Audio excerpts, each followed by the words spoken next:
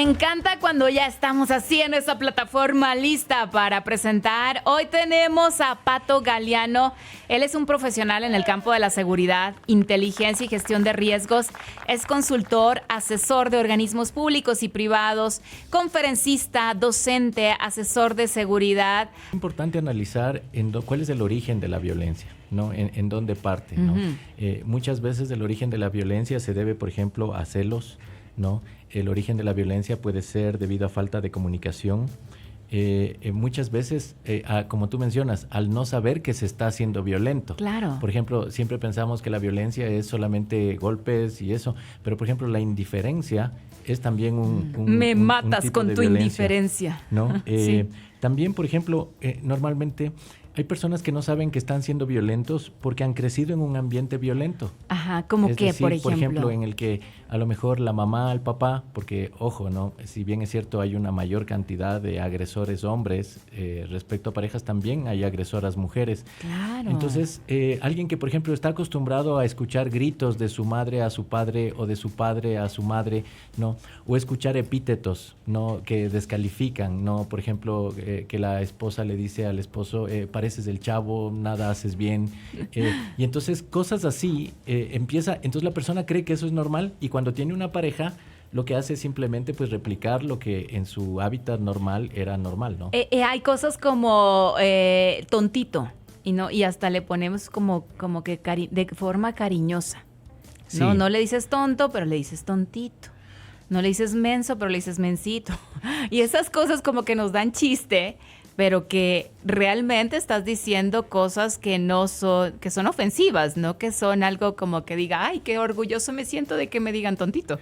Sí, ahí lo que tú mencionas es muy importante por varias razones. En primer lugar es porque en otro programa hablábamos de qué es negociable y qué no es negociable, sí. ¿no? Entonces uno cuando empieza una relación de pareja, uno tiene que entender muy claro qué es negociable y qué no es negociable. Muchas chicas que a lo mejor nunca pensaron aceptar un nivel de violencia o nunca pensaron esto. Y muchas personas dicen, no, yo jamás a la primera que me haga me divorcio. Resulta que después de un tiempo de casados o de pareja, empiezan a aceptar este tipo de maltrato. Y esto se debe a que de alguna manera el agresor o agresora empieza consciente o inconscientemente a destruir la autoestima de la otra persona, ¿no? Con cosas muy sutiles, ¿no? Con estos epítetos que tú mencionas, con estas comparaciones, que a veces podrían ser entendidas de cariño, ok. Estoy Podemos jugando, decir, ¿no? Estamos jugando.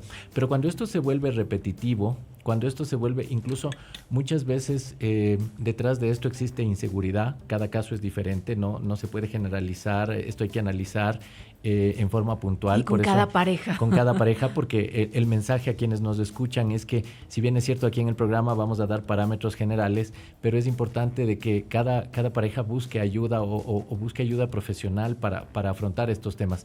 Entonces, a veces no nos damos cuenta que nos vamos enfermando, es como un resfriado, ¿no? Y igual sucede con los celos. Los celos son muy peligrosos porque hasta cierto punto son contagiosos también, ¿no? Y a veces uno empieza a normalizar cosas que no son normales. Un golpe en la mesa, ¿no? Un golpe en la pared. Hombres que a veces por frustración empiezan a dar un puñetazo en la pared. Son síntomas negativos que ya una pareja debe estar muy alerta sobre esto, ¿no? Yo no sé, ¿no? Pero uno cuando va en la calle ve todo tipo de personas, ¿no? Y este es el momento, por cierto, querido amigo y querida amiga, si tú tienes una interrogante, ¿quieres que la mantengamos en el anonimato? Yo no tengo ningún problema. No decimos tu nombre, lo mantenemos en el anonimato, todas estas preguntas sobre la violencia en la pareja, porque a lo mejor va a haber cosas que para ti digas, ay, no, eso está muy exagerado, Ofelia. O eso sí me pasa y yo no sabía que era violencia. Así es que este es el momento de poder hacerlo. Pero yo veo en la calle, Pato, que a veces uno va o conduciendo o caminando y se van así como empujando, sobre todo entre los adolescentes, entre los jóvenes. Y yo digo, si estos se permiten, no sé si serán amigos, si son parejas, si son novios, ¿qué son? O casados. Pero si estos se permiten así como un jueguito, ¿qué será más adelante? Sí, es muy importante reconocer estas conductas no saludables, ¿no? En mi área como psicólogo, por ejemplo, normalmente tengo casos de personas que cuando mencionan esto dicen, no, es que desde que éramos enamorados, desde que éramos novios, ya una vez me sacudió, ya una vez me tiró del brazo, ¿no? Entonces hay que aprender un poco a reconocer y estar muy atento, porque podría ser que a veces, no es justificable, pero podría ser que, no sé, hubo a lo mejor un grito de frustración, ok, pero cuando esto se empieza a ser repetitivo y eso entonces ya son síntomas y son conductas no saludables que luego se exteriorizan. ¿Y cuál es el problema? Que a veces como no queremos dañar la relación o pensamos, entonces nos empezamos a callar. Claro, y empezamos, lo que callamos los empezamos enamorados. a aceptar estas conductas y muchas personas transfieren esto a otros comportamientos no saludables, como el tabaco, ¿no es cierto? El uso de alcohol, a veces... No a veces, en muchos casos este tipo de conductas genera frustración en la pareja, genera depresión. O sea, te desahogas ansiedad, en el tabaco o en el alcohol en lugar de confrontarlo realmente, de hablarlo. Y hay muchos tipos de violencia, ¿no? Hay incluso violencia financiera, ¿no? O sea, es interesante porque hay personas que condicionan ciertos gastos a ciertos tratos. Es decir, es un campo muy amplio. Ahora, ¿qué es lo interesante de esto? Que esto tiene fases, ¿no? Hay una fase de luna de miel, ¿no? Que decimos que cuando empieza a ocurrir un proceso de violencia y ambas personas empiezan, porque no estamos hablando de que solamente el violento está en un proceso, sino el que acepta la violencia también está en un proceso. La pareja en sí se empieza a enfermar. Entonces viene una fase de luna de miel, luego esta fase, perdóname, te amo, te quiero, ok, vamos a hacer esto, nos ponemos de acuerdo, ok. Pero luego, pues como esto se debe a problemas más profundos que a veces traemos las personas, a lo mejor de haber venido de padres violentos. Desde la niñez, desde atrás. Y no buscamos ayuda, entonces luego empezamos, no podemos evitar a veces este tipo de comportamientos, el agresor o la agresora no los puede evitar, y luego viene una fase de acumulación de la tensión, en donde nuevamente volvemos a ver estos comportamientos, nos ponemos tristes, y luego viene, ¿no es cierto?, una fase de clímax, donde explotamos, donde hay las peleas duras, el proceso, y luego pues se libera. Es una fase en la que explotamos, se libera la tensión, ¿no es cierto? Incluso muchas veces se llega a los golpes, o se llega a los gritos, o se llega a esto, y luego, una vez que se liberó la tensión, otra vez empezamos un proceso de discúlpame, no lo vuelvo a hacer, viene otra vez hago lo que quieras. Y viene otra vez la fase de luna de miel, ¿no? Y entonces empezamos con estos procesos y es muy importante que quienes nos están escuchando sepan reconocer, no solo en su pareja, sino tal vez en sus hijos, en los enamorados o enamoradas de tus hijos, también en tus padres. Si tú eres un adolescente, un joven que nos está escuchando, a lo mejor tus padres o a lo mejor tu padre, tu madre no sabe que está siendo violento, no sabe que está siendo violenta. Y los hijos adultos, cuando ya van llegando a la adolescencia, tienen unas herramientas, ¿no?, que ya pueden hablar en la familia, pueden ayudar sobre. Mira, lo vamos a dejar en el anonimato, Pato, pero tenemos una pregunta. Buenas tardes, saludos cordiales. Mi esposa y yo no hemos llegado a golpes ni cosas para arrepentirnos. Sí discutimos y tenemos varias diferencias. Cuando sucede esto, ella se queda callada, a veces por horas o por un día o más. Y yo quiero que hablemos y ella no habla. Entonces yo, para evitar verle así, a veces me quedo después del trabajo en la tienda tomándome 2 o 3 cervezas, regreso a la casa, me baño y me acuesto a dormir. Tome en cuenta que ella y yo tenemos la misma profesión. Ella trabaja en la mañana y yo en la tarde. ¿Cómo debo actuar con ella? El hogar de mis padres fue muy violento. Yo no quiero repetir esa historia. Nos cuenta nuestro amigo. Bien, es una interesante pregunta y creo que eso nos pega a todas las parejas, ¿no? Es decir, decir que una pareja no va a tener discusión, a mí me pasa con mi esposa, ¿no? O sea, hemos tenido discusiones y todo. Creo que un punto importante del que hay que partir es que debemos hablar y debemos conversar. ¿Qué te molesta? ¿Qué me molesta? Eso ser muy claros y no tener temor de expresar. Y poner reglas para una discusión. Cuando una persona no quiere hablar, a veces pues sucede normalmente que hay personas que evitan ese momento hablar. Entonces es del derecho de cada persona, es decir, todo debe ser de mutuo acuerdo. Es difícil porque a veces uno quiere discutir, no, es que quiero ahorita solucionar las cosas. Y a veces los hombres somos un poco más impulsivos para esto, ¿no? Pero lo que yo puedo recomendar... Y aun cuando la mujer calla, está hablando, está diciendo exactamente, algo, mucho. Cuando no por callar tú has dejado de comunicar. Es decir, el silencio también es una forma de comunicar. No has dejado de comunicar. Y es más, muchas veces incluso se puede usar el silencio como una manera de discutir también, ¿no? Entonces, no quiero discutir. Sí, pero a veces estás discutiendo. Entonces, lo ideal es a lo que se debe llegar en una pareja, cómo abordar este tema. es que, en primer lugar, poner reglas de mutuo acuerdo. Es decir, si hasta en la UFC hay reglas, ¿no es cierto?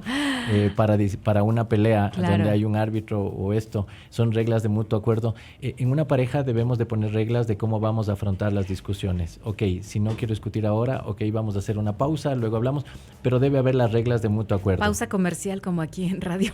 Sí, exacto. De hecho, uno de los hábitos de las personas altamente efectivas, decía el doctor Covey, es desarrollar la capacidad de hacer pausas. Si tú te conoces que tienes un temperamento un poco colérico, si a lo mejor eres un poco impaciente. Y muy explosiva. Casi gran parte de la población tiene cierta impaciencia, intolerancia, porque nos hemos vuelto por todos los problemas un poco más intolerantes como sociedad, más impacientes. Con mayor razón debemos de desarrollar esta capacidad de hacer pausas, de decir, ok, esperemos, mañana seguimos hablando de esto, pero debe ser de mutuo acuerdo, ¿no? Porque no en una manipulación, porque ahí podemos caer en cambio en otros procesos. O sea, ¿no? Hay que tener reglas de oro, tú me decías, en la pausa para las discusiones, ¿verdad? Exactamente. Yo digo, y anotarlas así en un cartel grande, así como cuando a uno le encanta una pintura.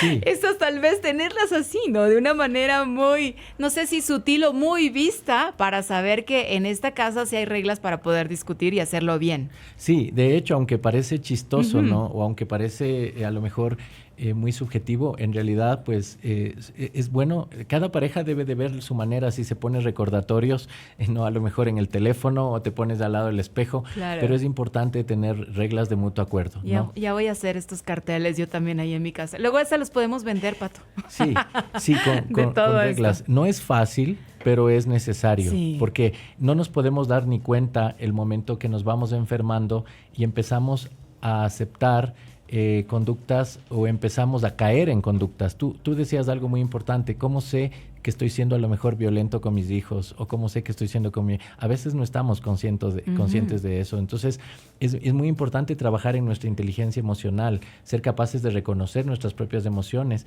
porque a veces tenemos áreas de ceguera también, es decir, no sabemos que estamos siendo violentos, ¿no? Y por eso es muy importante hablar, no quedarnos callados. Y si tienes una duda, pues buscar ayuda profesional. Y algo muy importante, ¿por qué muchas personas no se separan o no terminan con esas relaciones? Y es porque no están listos emocionalmente para la separación. Muchas veces dice, pero qué tonta, ya le pegó, o qué tonta se está aguantando. Y el punto es, ¿tú crees que esa persona no se siente tonta por dentro? Claro que se siente tonta. El problema no es ese. El problema es que no está lista emocionalmente y a veces separándose va a estar peor. Entonces, debemos de trabajar cuando tenemos esos casos en una independencia psicológica para luego, o emocional, para luego lograr la independencia física, ¿no? Y financiera también, en algún momento. Me preguntan por aquí, mi esposo quiere que le diga cuándo salgo del trabajo y cuándo llego a casa. ¿Eso es violencia? Si es que no es de mutuo acuerdo, pues sí. Y es importante el estar de acuerdo, el por qué. Es decir, tal vez es un problema de celos. Cuando estamos frente a un cuadro de celos, no necesariamente estamos ante un cuadro de violencia todavía, pero sí los celos pueden acarrear una violencia posterior. Entonces es mejor, al igual que hablábamos en otros temas de la seguridad, es mejor prevenir. La seguridad es preventiva, no reactiva. Es decir, si ya identifico estos síntomas, es mejor hablar, conversar con él. Ok, ¿por qué quieres saber dónde estoy todo el tiempo? ¿Por qué quieres te preocupa de que me asalten? ¿Te preocupa de que me roben? ¿O realmente te preocupa que voy a estar con alguien y no te lo voy a decir? Porque detrás de los celos también hay miedo. Miedo a que me falles, miedo a que me dejes, y a veces de eso. La buena noticia es que todas estas cosas no vienen de fábrica con nosotros. Se adquieren a lo largo de la vida. Están en nuestro carácter y se pueden modificar con ayuda profesional, se pueden corregir, ¿no? ¿Dónde te podemos encontrar, Pato? ¿Cómo te localizamos? Mi teléfono 095-88-75-96-2, ¿no? Pues o a través de correo electrónico pdework@gmail.com o aquí en la radio. Así es, aquí en la radio, porque nos vas a visitar también más seguido, va a estar más seguido aquí con nosotros. Muchísimas gracias, Pato. Un fuerte abrazo, que Dios te bendiga. Gracias a ustedes, muchas gracias por seguir aquí. Uy, las preguntas siguen, yo sé que las opiniones, porque este tema es un tema para seguirlo de largo y de largo. Un fuerte abrazo, nosotros seguimos aquí en Radio Saracay.